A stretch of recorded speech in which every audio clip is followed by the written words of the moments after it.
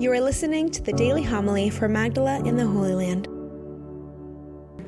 Jesus withdrew toward the sea with his disciples. A large number of people followed from Galilee and from Judea. Hearing what he was doing, a large number of people came to him also from Jerusalem, from Idumea, from beyond the Jordan, and from the neighborhood of Tyre and Sidon.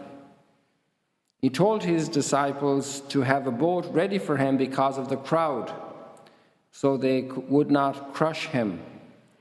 He had cured many, and as a result, those who had diseases were pressing upon him to touch him. And whenever unclean spirits saw him, they would fall down before him and shout, "You are the Son of God." He warned them sternly not to make him known. The Gospel of the Lord. Praise to you, Lord Jesus Christ.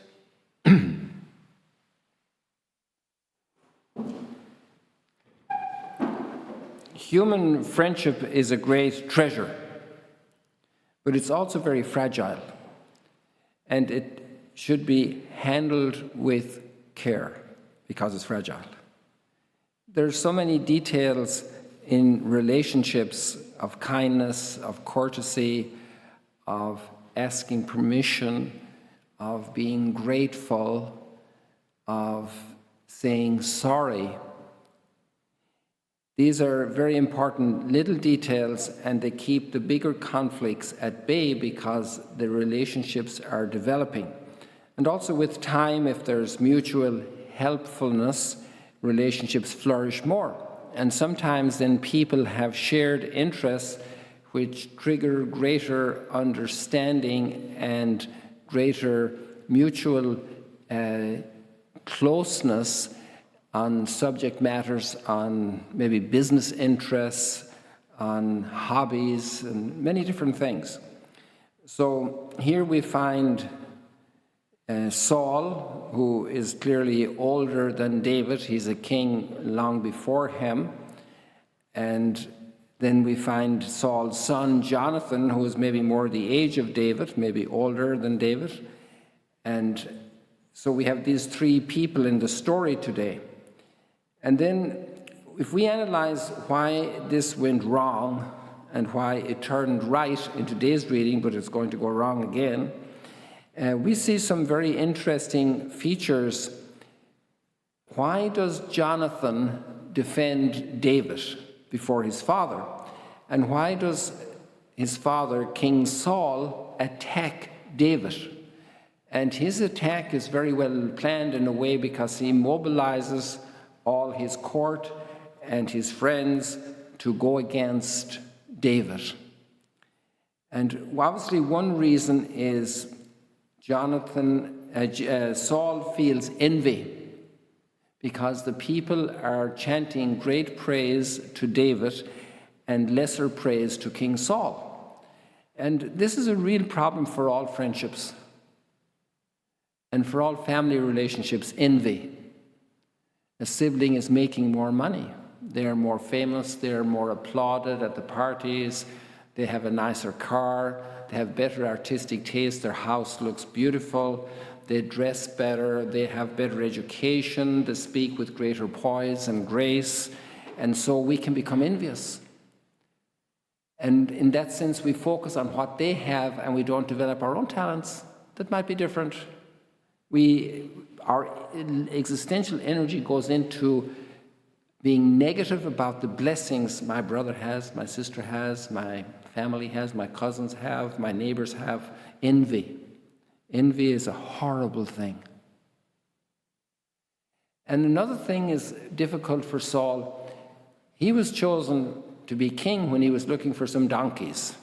There's kind of a disproportion here. But now that he's king, it becomes so important for him that he's willing to kill another human being.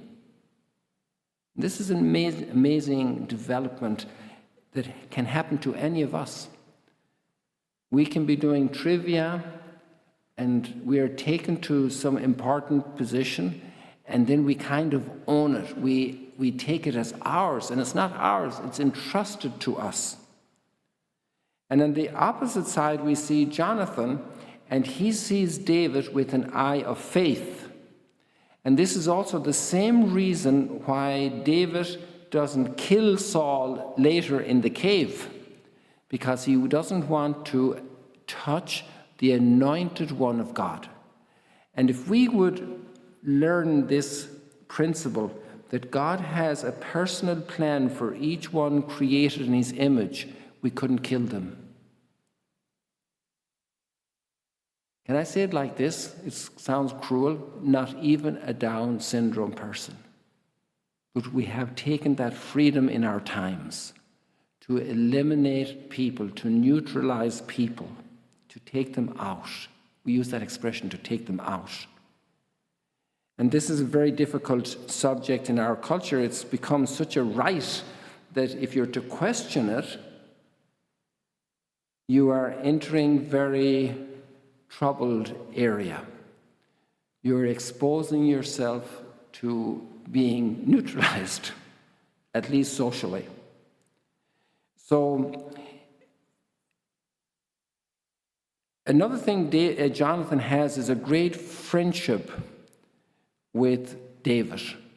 And friendship is a wonderful, also, it's a great force, a great strength, a great virtue, because it helps us to look for the good of the other, whereas envy delights in the trouble that the other has. If they're shamed, publicly shamed, the more the better. If they're broken financially, if they fail, if their health goes down, good for them, they got their comeuppance. We have somehow an incredible psychology when we're powered by envy. And we have a very different creative gift when we're powered by friendship. We forgive people. We defend them. So these are great virtues and great vices. And the vices imprison us in a track of evil, and the virtues liberate us to do good. The virtue of the vision of faith about people, the virtue of friendship, the willingness to take on the difficult task of mediation in front of angry people. This is a great vocation. Blessed are the peacemakers.